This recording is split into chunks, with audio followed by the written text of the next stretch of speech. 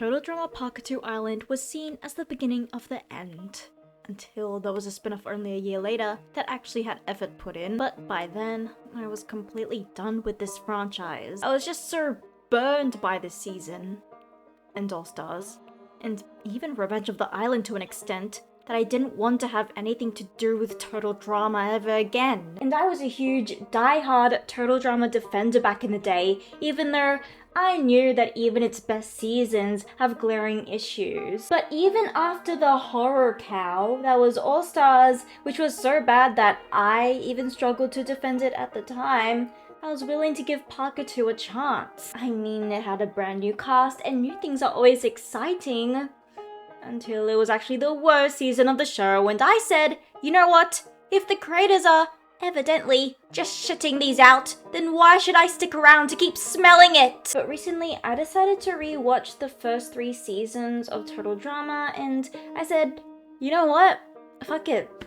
Let's just re-watch Pahkitew and All Stars as well, for the first time in many years. Upon watching both back to back though, I actually discovered that All Stars was actually worse. If I were to lump these 2 seasons into the circles of hell, Pahkitew would be in the 7th circle, while All Stars would be in the 9th circle with Satan and Judas. Okay, I'm definitely exaggerating, but All Stars was a despicable challenge to get through. Pahkitew was a massive chimpanzee shit-fleeing circus at times.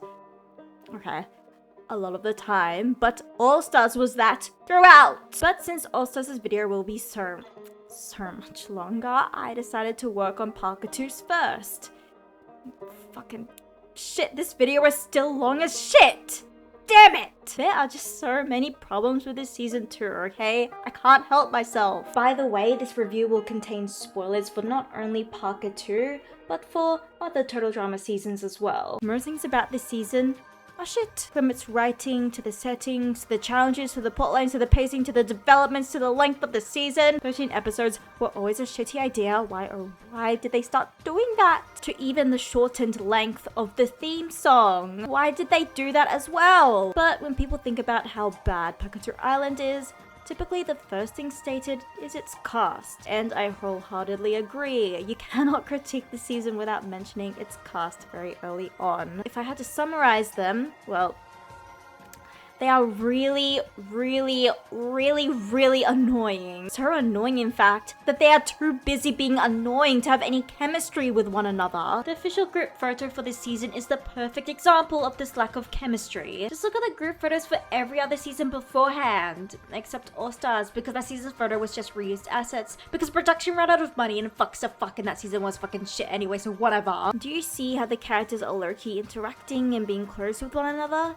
Even if they barely interact on the show itself, that conveys so much more personality than just posing and doing facial expressions, which is all they did for this photo. Everyone is so distant and far away from each other in such a uniform fashion, but it's very accurate to this season, so it's not false advertising. Also, there are no bonus scenes for this season, besides one. And I find it funny how it just so happens to also convey how the characters have zero chemistry and are shit. Basically the sole reason why these 13. I'm sorry to pause, but I'm just letting you guys know that I now know that it's 14 contestants, not 13, and I apologize that throughout this review I will continue to say that there are 13 contestants who accepted onto the show was because the other audition tapes fell the fuck over and Chris and Chef couldn't be asked to pick them up. It's like the creators are trying to convey to us that they also think the cast is shit. I mean, I can't blame them, anyone would, but I didn't think they'd straight up tell us. Chris also says in the very final seconds of the season, "That's it for this very off season." Why would they make him say that? It really felt like this season, as well as All Stars, was solely done as cash grabs. And if the creators don't even fuck with this season, then why should we? Okay, let's go back to the poster real quick. Look at this lineup of characters and tell me that most of them weren't just shut out. And guess what? They are as shit as they look. I mean, just look at these well thought out concepts for characters that are meant to be satirizing real life types of people, by the way. At least that's what the show was originally supposed to be. A guy who's mute and only talks in sound effects. A guy so delusional that he actually thinks he can do magic. There is also a copy-paste of an internet meme. I am not making this shit up. A Disneyland employee that is never off the clock. A 90s toy cartoon supervillain, complete with him wanting to take over the world, of course. And an uber incel who thinks every woman he talks to is automatically his girlfriend. Most of these characters were doomed from the start because their premises were so bad and stupid. And if they had decent premises, the writing for this season was so bad that they ended up getting ruined. For some of these guys, the showrunners must have looked through their DVD collections and just picked out characters to paste onto their show. And a lot more of these guys are one extremely unfunny repeated joke manifested into a character, to the point where I even struggle to call them characters. They are, let me call them digital aberrations who skinwalk people. Barely. Remember how Izzy and Sierra were oddities because they were so out there, and how the rest of the cast also treated them as oddities? Yeah, the oddities in the season are never treated as such. No one, except Dave until he becomes one, even bats an eye. Because if the crazy is so rampant, then no one is truly crazy, are they? And the charm just won't be there. And Izzy and Sierra were actually funny and not painful to watch. Okay. Sometimes Sierra was painful to watch, I'll admit. If they were placed in this season, they would be the sane motherfuckers. Throughout my viewing of this, I was thinking, you know, most of the characters here would be well suited to being lolcows, and really bad lolcows at that. Like a totaldrama character like Chris Chan or Cyrix would actually be interesting to watch. Of course I wouldn't be rooting for them, but they would be a lot more well-rounded and believable than these characters. To put into perspective how bad this aspect of the season was, there are 13 characters here. And I'd say that I liked only 2 of them. Sean and Sky. Pretty coincidental and lucky that the 2 finalists were the only characters that I thought were good. I'm glad that we didn't get an insufferable windbag winning the money, even though we almost did. By the way, while we're slightly on the topic of the final 3, before this season aired, they were actually leaked online because Christian Potenza took a photo of the front page of episode 12's script where you could see Sugar, Sean, and Sky's names through the paper. Also, the first episode of the storyboards got leaked too, which also leaked the new cast. It was the first true taste of how shit this season was going to be, because the whole world saw how much the first episode sucked really early on. Man, I just don't think anyone behind this season really gave a fuck about it, did they? Anyway, let's get back on topic. Out of the 2, Sean was my favorite, and that was very shocking to me because I remember not liking him until rewatching this season all these years later. I found his belief and obsession over zombies to be really annoying, and while he was ramping up to be a one-dimensional character, he actually had other character traits and storylines that the season focused heavily on. I feel like he was a good mix between being a lunatic babbler and an actual believable human. He had a likable personality that I really gravitated towards, and I thought it was hilarious that his zombie survival skills would actually come in handy when it came to so many of the challenges. He was instead an unexpectedly formidable competitor, so it was unsurprising that he made it to the finale. Oh yeah, and his love of Jasmine was cute, I guess. I'll get to that later. And then there's Sky, who I think is a really underrated character, you guys. People are quick to write her off as being super bland, but I actually think it's the opposite. Honestly, the only time I felt she was bland was in the intro where they plonked her with Sugar and Ella and just made her react, nothing else. Like, they obviously didn't know what the fuck to do with her here, but come on. The intro of the season was so short and shit. What else could they have done? I don't classify someone as bland just because they act normal. There's nothing wrong with a character who acts normal. Most people act normal, or at least try to act what is perceived as normal. And in the case of this season, the normal people were breaths of fresh fucking air. Also, I feel like she's one of the only competitors who people in real life act like when they go on competition shows like these. Because she's basically a mix between Courtney and Zoe. But I find Sky to be so much better than those two. She cares about winning the money more than anything. I mean, of course, that's what she came here for, but she's also very nice and open to forging bonds with other competitors. This created an interesting dynamic with her character, where she would be all competitive and strategic despite her also being genuine and kind. She was scared that a certain bond, one that I'll get to, I assure you, would distract her from the game, so she tries to push against it, but she can't help but feel extremely guilty in the process. Seeing such a realistic character in a sea of nutcases was jarring, but in a good way.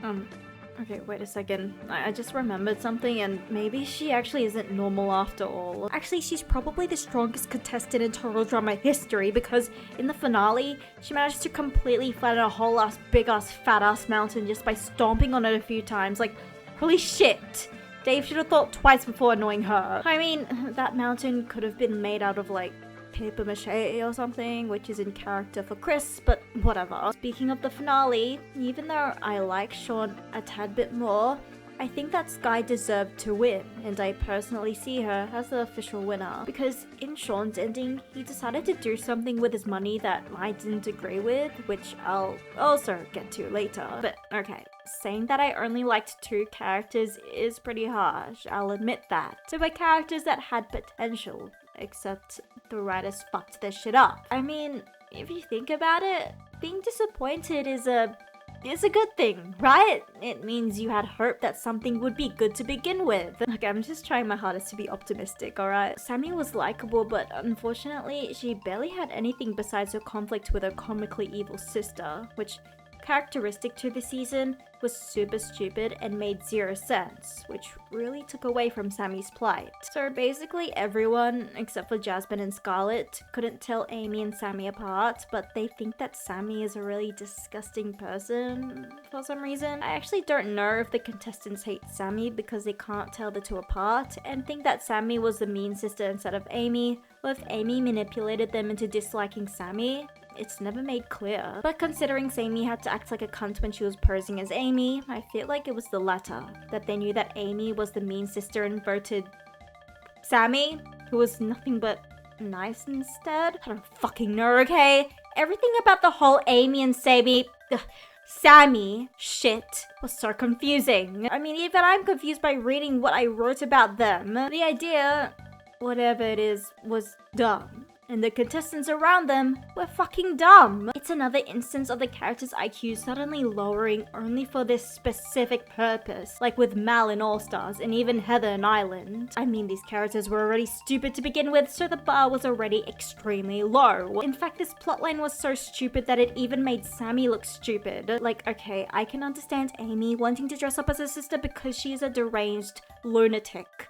but Sammy, if you want people to tell you two apart, and if you hate your sister so much, why do you wear the exact same clothes as her, and have the exact same haircut, and lipstick color? Not to mention, the outfit itself is stupid, okay? Why are you wearing your cheerleading uniforms here?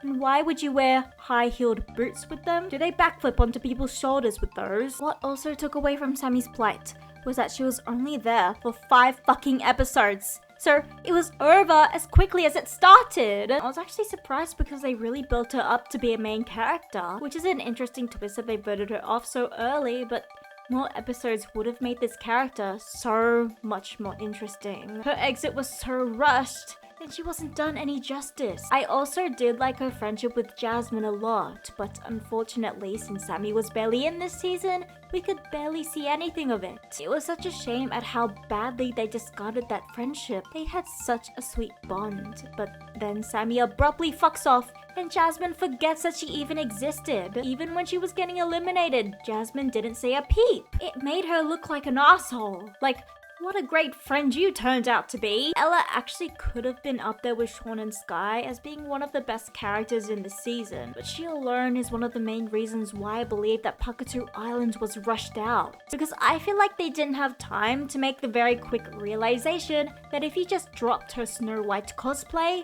you would have had a solid character. Because at her core, Ella is an overly nice and innocent girl to the point where it's detrimental for her. Y'all didn't need to dress her up in cosplay. It really reduces this character from being endearing to a cringeworthy mental case who needs to get a fucking grip on reality. She definitely would have a lot more fans otherwise, myself included. Well, at least she's a better Snow White than that one, and since she's so innocent, she tends to get tormented by certain assholes, particularly Chris and Sugar, but said innocence makes her not realize that. Chris picked on her just because he's the biggest cunt in the universe, but Sugar started doing it because she got a bucket of glitter before she did, and apparently she became Judas because of that. I mean, I know this character is meant to be stupid, but come on. Besides getting bullied, another plot point they gave Ella is her driving a wedge between Dave and Sky's relationship, which mercifully was very short-lived. It started just as quickly as it ended. She didn't have the slightest feelings for Dave, but because the show doesn't provide medication, she then started calling Dave her prince and the love of her life just because he put a shoe on her stinky feet. Speaking of Dave, okay, this is going to be the most controversial opinion of this video, but I actually kind of like Dave. Don't get me wrong though, he is super annoying, whiny, petty, childish, pathetic, cancerous. The list can go on, and I fully understand why he's probably the most hated character in the entire franchise, but I don't know, he just becomes so far gone that it's actually hilarious, especially since the show is so unapologetic at how much he flies off the rails. He is the embodiment of the nice guy, the incel, the simp, and since this season was released in 2014, before those tropes were widely known, I'd have it a guess that this was purely coincidental. He also doesn't know what he's saying half the time when it comes to women. Score! Near-death experiences always make girls want to kiss. What? Although, I will admit, I did like him a lot more before he became crazy. He was very similar to Noah, a straight man shit talker to the bullshit happening around him. However, Dave was much less sarcastic and emotionless, and more expressive and timid. He was pretty much sane, up until episode 6, where he officially, completely lost his shit because he literally said that he doesn't care about the cash prize anymore because he was so smitten with Sky. Like, dude, you've only known her for a week. Chill the fuck out. It kind of came out of nowhere, even though he was clearly hopelessly in love beforehand. But he was still a rational person. To an extent.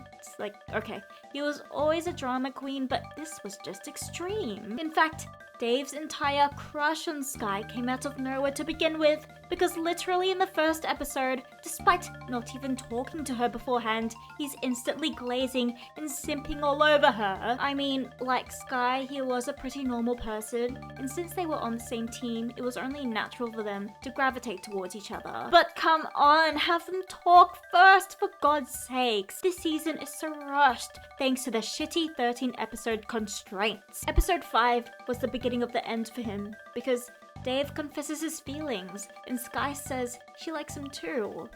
But Dave didn't want to hear the but. The but could be anything. Maybe it was, I like you too, but even more than you like me. Okay, he's not just stupid, he's lobotomized. And what was the but? That Sky didn't want a relationship in the competition, but Dave is too childish to comprehend such a thing anyway. When Sky ended up being on the opposite team, he cried like the biggest bitch and thought that she suddenly hated him because she was playing the game. She was just playing the game, bro. Like, calm the fuck down! Calm down! This is enragingly a theme in this season. Relationships breaking down because people had the audacity to play the game instead of hanky-pankying like they're at a fucking nightclub. Dave even quit the competition because of this. Look at this loser. You really traded in $1 million for a girl who doesn't even fuck with you that much? Okay, well, she did actually fuck with you.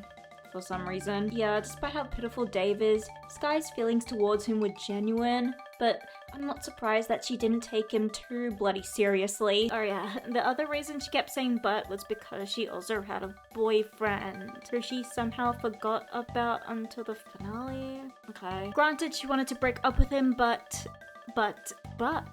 still. And you can just imagine the crash out Dave had when learning this. He said that if he had the opportunity to win the $1 million, he would light it on fire in front of Sky, you know, instead of keeping it and buying Rolexes with it or something. And he also gleefully tries to murder her, of course. But these were also funny to me. He's one of the most pathetic, over-the-top drama queen simps I have ever seen in fiction. Dave's downfall was hilarious, so I didn't feel very disappointed.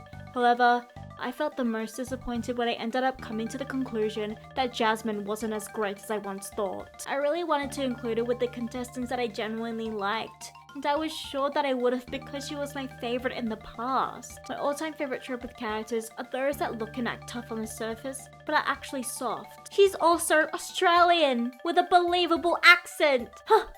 This is unbelievable, since this is a foreign show and the actress isn't Australian. I'm sure it's a pet peeve for everyone when a show butchers your accent. Usually they make us sound like Kiwis when there's a clear difference, okay? Gosh! And her entire personality wasn't that she's Australian, which I know is a bizarre thing to point out, but knowing how one-note most of the characterization was in this season, I'm surprised that they didn't take the racist route. Everything would have been great if it wasn't for that stupid relationship. Don't get me wrong, I like the idea of Sean and Jasmine as a couple, but I hated the execution a lot for two major reasons. The pacing, and just how whiny and nonsensical Jasmine was throughout it. It was a, quite frankly, petty attitude towards Sean that made me not like her as much as I thought I would. She seriously crashes out over literal non-issues. The reason why Jasmine started treating Sean like a fucking Benedict Arnold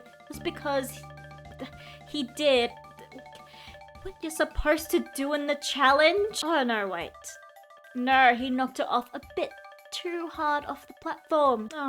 Oh no, how traumatic. Although, somehow, this was made even stupider because Jasmine was gonna throw the challenge anyway. And then she complains to Sean that she's gonna get voted off because she failed the challenge, which she was going to do anyway. Make the shit you're spewing make sense. First he's all sweet, then he hits me with a dueling stick. That's what he was supposed to do, and what you were gonna let him do. Is this really why you're conflicting with him? Why? Oh my god. I'm actually having an aneurysm. Oh my god. I can't with this woman. She's a kangaroo boxing, snake hoarding, beer guzzling, Vegemite licking, gambling addicted, skin cancer having Australian bargain bitch! Oh shit. Oh my god. Okay, I'm sorry, that was a little bit too racist. Even though that was friendly fire, I'm sorry. I let my emotions get the better of me. I'm sorry to every Australian, including myself, because I even offended myself with that one. And when she wasn't shitting on him, they just weren't interacting. Looking back on this season, I noticed how little they actually talked, and this caused their relationship to be extremely rushed. I could feel the writers trying to hurry this shit up whenever they were on screen. You know that the couple is going to be bad when they are fawning over each other already after just one interaction. Wouldn't you pay $1 million for the chance to be with your true love? True loves? You guys barely interacted with them. Especially you, Sean. And then there was a time where Jasmine was basically forcing Sean to split the million with her. Look, I don't know if I'm a doormat, but if my man won the game, I'm not gonna expect him to split the money with me just because he's sexually attracted to me. But when Sean said that he didn't want to, Jasmine had the audacity to declare that it's the end of their silent fart of a relationship and cry like a toddler whose parents refused to buy her a Polly Pocket playset because they are too small, and she'll swallow it and it will choke her to death. But they made up.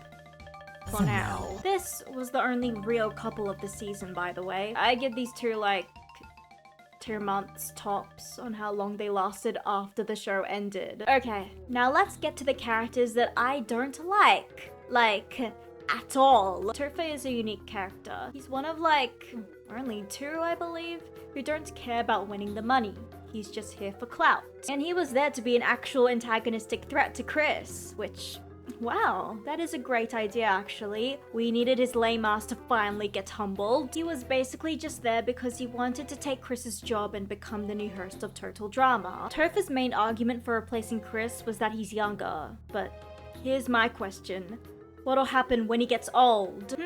You just created a problem for yourself that you'll have to deal with in the future. Huh? You stupid idiot. Whatever, it was just refreshing in general to see Chris having interactions that were so different from normal. However, Topher is, in my opinion, one of the worst characters in total drama history. I hated seeing this dickhead on my screen. First of all, at least some of the other worst characters had some tiny speckles of meaningful interactions with their fellow contestants. Topher just had Chris, who, well, is not a contestant. And said interactions were also extremely annoying anyway. He doesn't even interact with Chef. I mean, Christ, there was an opportunity there to give that man something, anything to do in this season.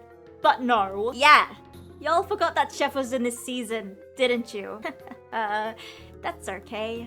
Because I did too. Topher is in this really uncanny outcast limbo where he doesn't fit into this show. It was jarring whenever I saw him with his team because he never acknowledges them. His lines just consisted of him talking to himself or Chris. The only other character he had the opportunity to interact with was Jasmine in episode 7. And not only that, but it could have been an opportunity to see another side of him, a softer, likable side. Since Jasmine was panicking throughout the entirety of that episode, he could have tried to have calmed her down. But since this season is allergic to anything compelling, they barely had anything meaningful to say to each other because Topher remains more concerned over himself, like the cunt he is.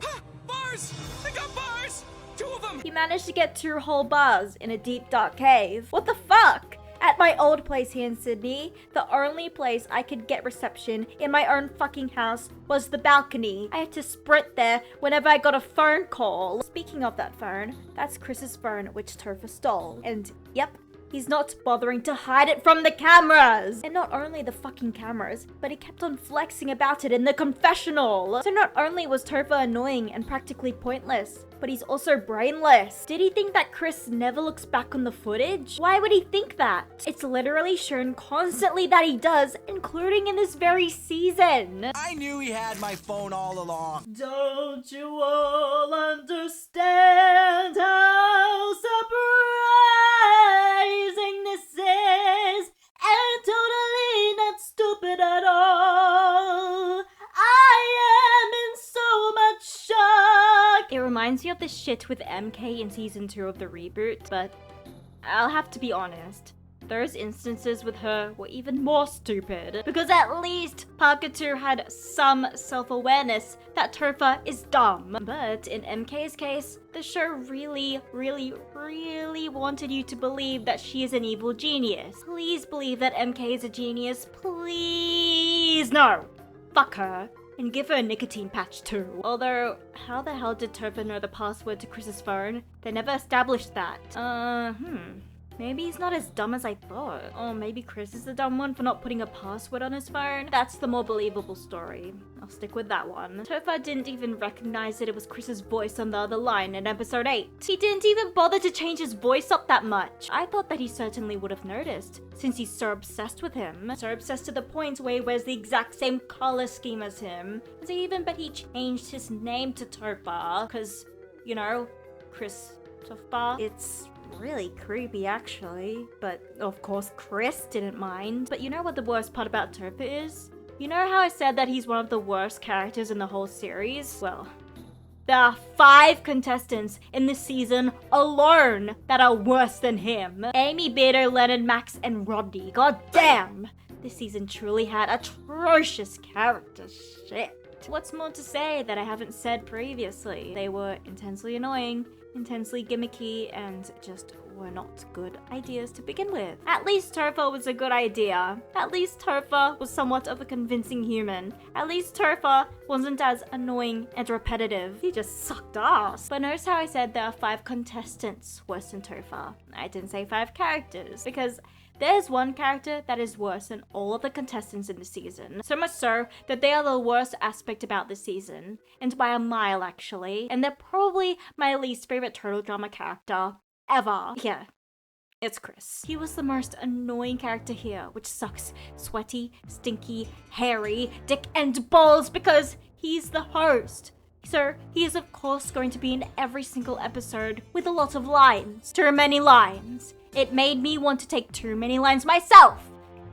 Ketamine. He seriously talked way too much here. I mean, he probably speaks just as much as he always had, but in Island in Action, I never noticed that because I actually liked hearing him talk. But here, oh my god, just like shut the fuck up! Chris was so bad that if Leonard was kept to the finale, he still would have been meters, kilometers, light years better than Chris. Chris in previous seasons was never this bad, not even in All Stars. But here, he does something that he never did before, something that he never would have dreamed of before. He would continuously fuck with the contestants on a personal level. An example of this was when he would interfere and taunt the contestants about their relationships. Like in episode 7, when Chris made Max and Sky swap teams because of their romances with teammates. Why? Because he perceived it to be unfair for the others. He never gave a shit before, because why would he? He never perceived relationships as being unfair, because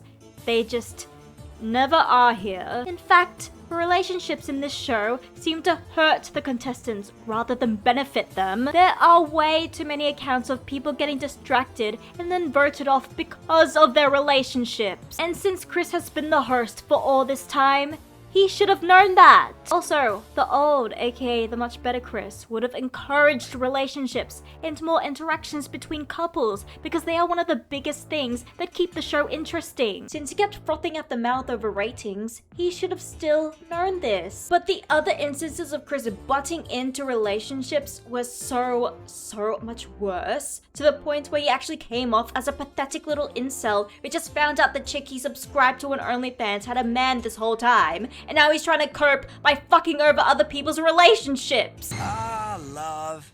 So stupid. Yep. What did I say? It really does read like that. And these were not only relationships, these were teenage relationships. This is a grown man with crow's feet and everything. This was particularly the case with Dave and Sky. It felt like he was doing this because there wasn't enough drama. But here's the thing. There was enough drama, particularly with Dave and Sky. That whole thing was a violent, gory mess. There was zero need for him to butt in. Him doing all that made the drama less juicy because of how downright irritating he was. It would kill the entire mood. I am like so confused about what the what is with Sky and Dave. I mean, like... Shut the fuck up! Chris was so bad with this that in the finale, he paused the challenge halfway through just to pick apart the relationships. Pausing the challenge. In the finale! Challenges rarely get paused in such an abrupt way, and I certainly didn't think he'd do it in the finale! Jasmine, Dave, grab a seat. What? The challenge for the finale was boring and stupid, yes, but having Chris act this pathetic for a desperate attempt to make something shocking happen was not the direction to take it. And not only did it make Chris look like he was scrambling, it made the writers look that way too. Y'all should have made the challenge interesting in the first place then. Other instances of Chris fucking with the contestants on a personal level is him specifically targeting a contestant and bullying them. In the past, he'd bully them all equally, but this is Pahkitew Island. Things are a little different here. I'm talking about Chris's unfair treatment of Ella. He just copied what Sugar did because he thought that shit was cool and started treating her like Judas too. I think I know who will be sent home if Musquack loses.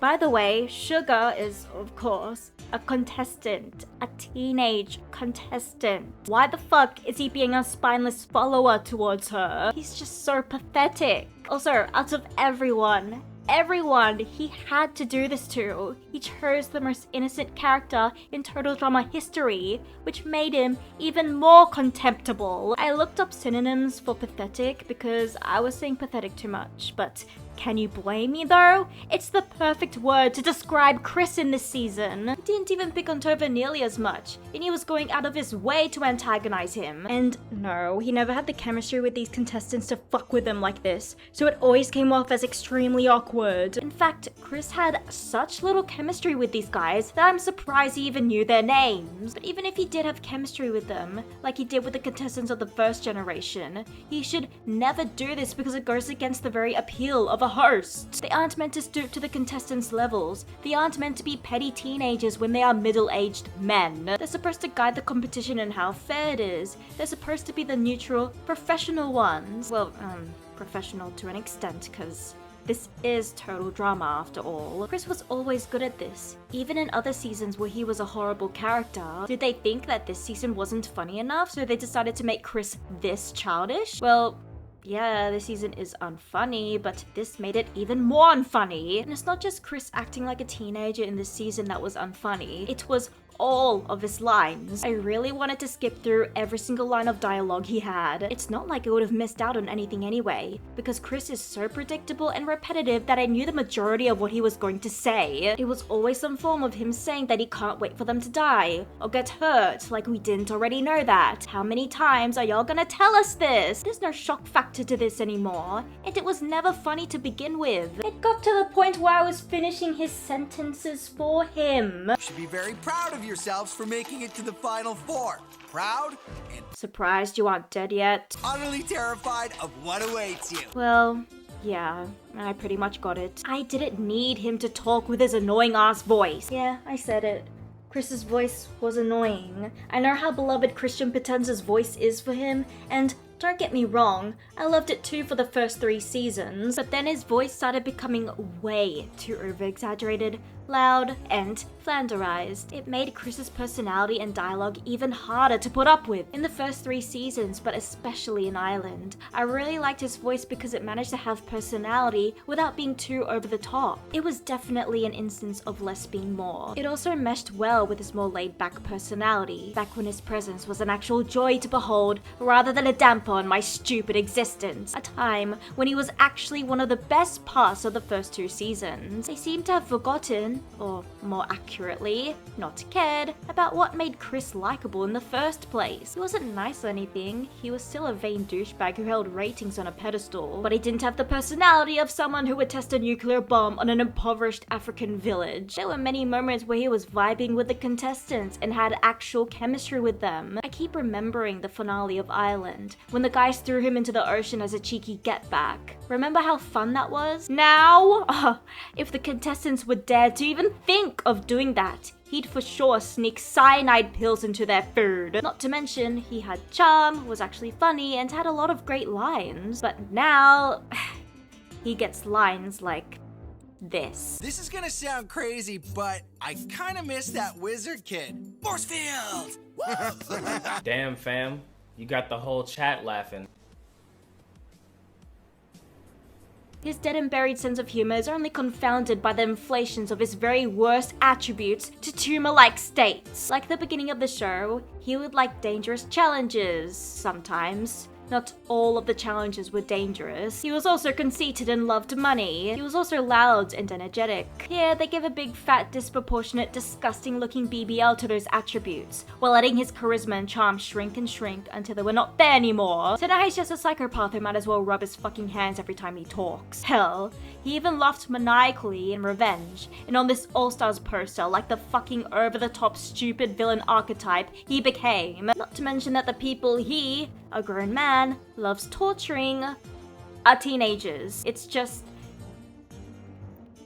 feeble. Him acting like a serial killer supervillain just doesn't suit the show. Total Drama always had a level of danger to it, but it was never designed to kill people. This personality of his would have been better suited to something like Danganronpa, because not only is that world extremely over the top, yes, more over the top than Total Drama's world, but that is actually a killing game. If y'all think about it, Chris is actually more of an evil psychopath than Monokuma is. I mean, both want their contestants to fucking die, but at least Monokuma had them living in luxurious places with nice food, and he wasn't a complete cunt to everyone. Also, Monokuma is actually charming, witty, and has a voice that isn't completely grating, something this newer Chris wishes he had. Chris's descent aligns perfectly with another issue I had with the other seasons, and that is this power creep that occurred, where the show became obsessed with one-upping itself with how crazy shit would get. Even Chris himself would constantly say how much he wants to top the previous episodes. He is like a porn addict.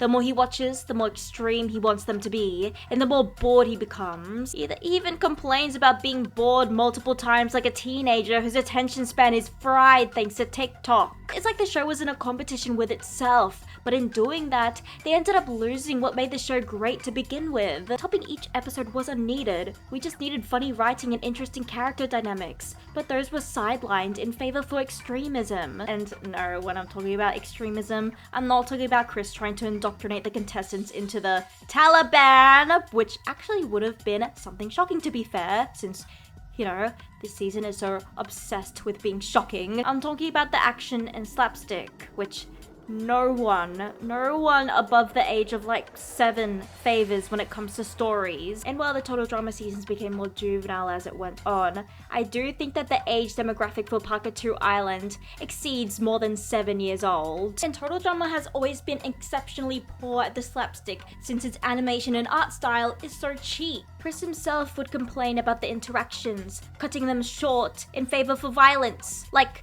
no, stop! Speaking of short attention spans, something that I despised when they started bringing along new cast members were their first episodes. If I'd have to compare them to something, it would be Mr. Beast videos. We barely get to hello or any room to breathe. We just get a tiny little itty bitty tidbit of info about an ounce of who the hell these people are, which shouldn't even count as introductions, and then we are suddenly thrusted into a challenge. Hello?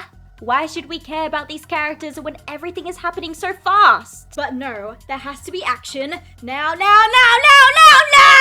It's why I really like the first episode of the whole series. The vibe and pacing were totally different. It was so chill and it just went with the flow. There was no rushing shit. And because of that, you could tell that they cared about even the worst characters. It was great to have an episode just dedicated to getting to know these guys. Could you imagine if Total Drama Island started off with the campers getting dragged to the top of the cliff and being made to jump right away? You know, characters and relationships like Sean and Jasmine's could have actually had development, and they could have interacted more than 5 times if these boring challenges weren't so focused upon. Yes, I said boring. They are boring. It doesn't matter how many times you slap the words dangerous and deadly into the scripts, they are still unmemorable and boring. Threat levels or challenges' complexity don't make them interesting. It's how the characters interact and grow from them. And I found that the more slower paced and relatable the challenge is, the better the episode was, which was why the first season had the best challenges. Their ones included staying awake, a talent show, facing your fears, camping, canoeing, hide and seek, cooking, etc. Now, these challenges sound boring on the surface, but they really weren't, because the funny and charming dialogue and characters are what made them interesting. I'm a firm believer that it's the characters that truly make good stories. You could have the most groundbreaking plot with the most thought-provoking lore, but if the characters are unlikable, then they'll just kill the vibe for me. Season 1 especially trusted the characters themselves to make the challenges interesting, like a blank canvas was stuck in front of them. But in the later seasons, it's like the writers stopped having confidence in the characters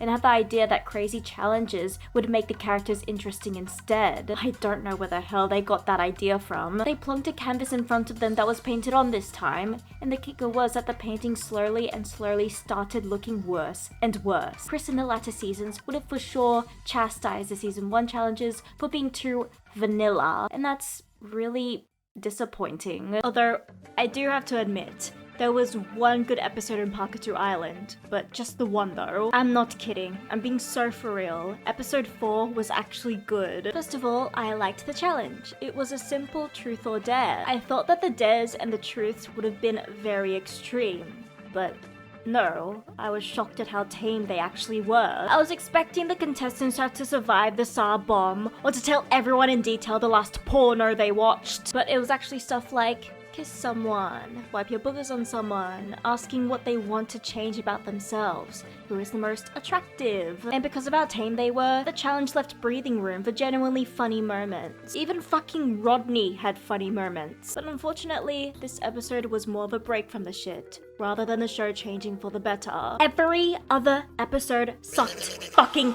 dick, okay? But since I don't want to be redundant and run through them all, let's just run through my top 3 least favorites, shall we? Episode 8 was so inconsistent that it was actually kind of pissing me off. What I mean is the challenge. It was about being as quiet as possible so you don't wake the babies and animals, but the contestants were screaming all the time anyway, and they still weren't waking the fuck up. Even when Dave was crying and whining and carrying on about Sky, they still didn't wake up in extreme annoyance somehow. The weight of this challenge was just not there. There were no stakes, despite Chris hyping this challenge up as being extremely dangerous, of course. The finale of this season, well, not the worst because All Stars was worse, was definitely the most boring one they've ever had. All they had to do was race through obstacles, which was already the finale of Island. But oh no, you guys, this one is different. It's gonna be way more entertaining because the island is robotic. Oh yeah, the twist of this season is that the island is robotic. Yeah, I'll get to that later. I already briefly talked about the finale because some of the shit that went down there I really hated. Like when Chris paused the challenge midway through. Usually the final two have an established relationship together, which is what I prefer. They don't have to be a couple or the best of friends or the worst of enemies. Just give me something. But there was no something between Sean and Sky. Even though I liked them as characters, them as a pair was so fucking awkward because they only had like maybe 2 interactions in previous episodes, and they only interacted once in the finale. And it was them attempting to trash talk each other, which just came off as extremely awkward and forced because they had 0 chemistry established. At least with Duncan and Beth, who I swear to God did not interact once until the finale, had the whole opposite personalities thing going on, and they were on opposing teams, so they didn't really get the chance to interact. Although it's not a good excuse, is it? They really should have interacted beforehand. However, there was no excuse for Sean and Sky, who have no interesting contrast with each other and were on the same team for more than half the season. This was also the most desolate and barren finale in the entire series. What I mean is that barely anyone is in it. Usually the finales are great at being full circle moments for the whole season, where everyone who competed comes to watch and help. But here, only 2 came back! And coincidentally, it were the love interests for these 2! Wow! Did they run out of money to hire the other voice actors for one more episode? They also gave them fucking PlayStation controllers to fuck over the island in Sean and Sky's path for revenge because of Chris pausing the challenge in the middle. But they didn't even know the controls, and that's not even how controllers work. And they also left Dave to die for the crime of being a simp, I guess. They were seriously submerging people in lava and getting them mauled just for the crime of being a little bit of a dickhead on a reality TV program. Where's the justice? Because this is just barbaric. But what's worse is that the finale wasn't even the worst episode of the entire season. No. Episode 10, Scarlet Fever, is not only my least favorite episode of the season, but probably my second least favorite episode of the entire series. What's my least favorite? Well, it's an All Stars, of course, which I'll discuss when I get to that video. And no, it's not Sunday Money Sunday, even though, trust me, it is definitely a bad episode. Holy shit.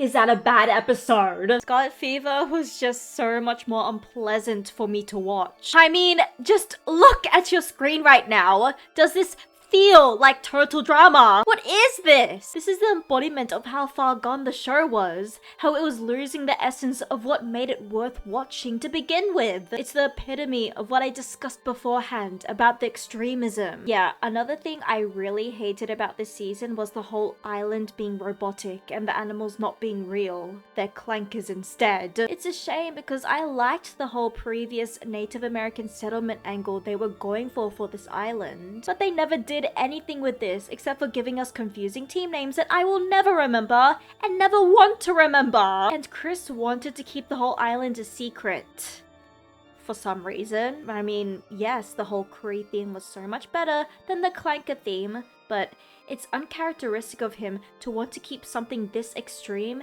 dangerous, and expensive a secret. You'd think he'd be flexing it. You'd think, due to what they think the audience like, that Chris would have exploited the shit out of this for the whole season. And we never get a reason as to why he wanted to keep it a secret too. I don't know, maybe he didn't want to get cancelled for culturally appropriating Native American islands. I mean, I guess it was cool and uncharacteristic of the season that this didn't come out of nowhere. It was actually foreshadowed as far back as episode 2, and the foreshadowing was subtle and gradually got built up until the reveal. But I still hate this, and we had to get a whole episode dedicated to it. No! So basically the premise of this stupid episode was that the island was gonna commit suicide by blowing itself up because I guess it grew conscious and became depressed because it knew how shit this season was. And instead of evacuating the place, Chris turned it into a challenge and the contestants had to deal with it. This is unsurprising, of course, but Chris was being an extra annoying fucking cunt in this episode, as if its premise alone wasn't horrible enough. In fact, this is probably him at his very worst ever in the history of total drama, and that running joke he would pull wasn't funny. Just like every single thing Chris spewed this season. What was the running joke? I'm not gonna say it. I have my dignity. One thing that really irked me as well was the lack of urgency. Their lives were gonna be blown up in only an hour, but they weren't rushing at all. They were just wasting their time a lot of the, well, time. Hell, Jasmine and Sean managed to get turned on by lasers somehow, and were about to fuck while dodging them. Those damn teenagers and their hormones. Scarlet was revealed to be the super corny supervillain, as if we didn't have enough of those in this season. I didn't have strong feelings about Scarlet despite her having potential. It's because she was bogged down because she pretty much only interacted with Max, one of the worst characters. And I didn't find their interactions and how Max would constantly belittle her and call her a sidekick funny at all. It was just annoying. And unfortunately, that was mostly what she was regulated to. But it's a massive shame because she could have been great. A genius who seemed sensible on the surface, but has a more sinister side deep down. I liked how subtle it mostly was. But remember, this season is allergic to subtlety, so they just made her a wacky supervillain in the end. Speaking of Max, okay, I might have hated him a lot, but his elimination in this episode was, in my opinion, the most unfair in the whole series. Yes, even more unfair than Courtney and Lashauna's in season 1! And believe it or not, it was yet another instance of Chris interjecting his personal bias into the competition. Max got eliminated just because Chris personally didn't have the patience for any more evil people. I mean, I didn't have the patience for him either, don't get me wrong, but come on. This season was an atrocity, okay?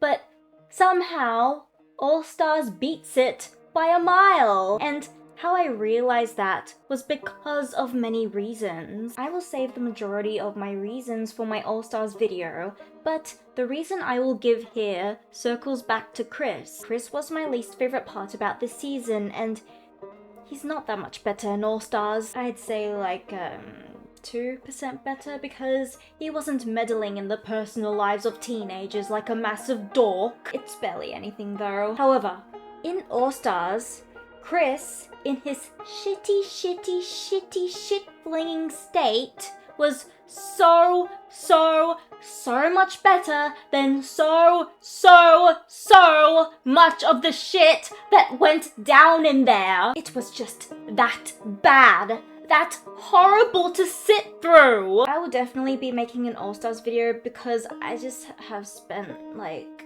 so much time on it, so I kind of have to at this point, but it'll come out sooner rather than later, depending on how well this video does. So leave a like if you enjoyed this video or want the All-Stars video, or just want me to do more total drama content in the future. Comment what you thought about this video and your opinions on All-Stars, or just your opinions on total drama in general. And subscribe if you fuck with me. I make review content on various things like anime, TV shows, movies, blah blah blah.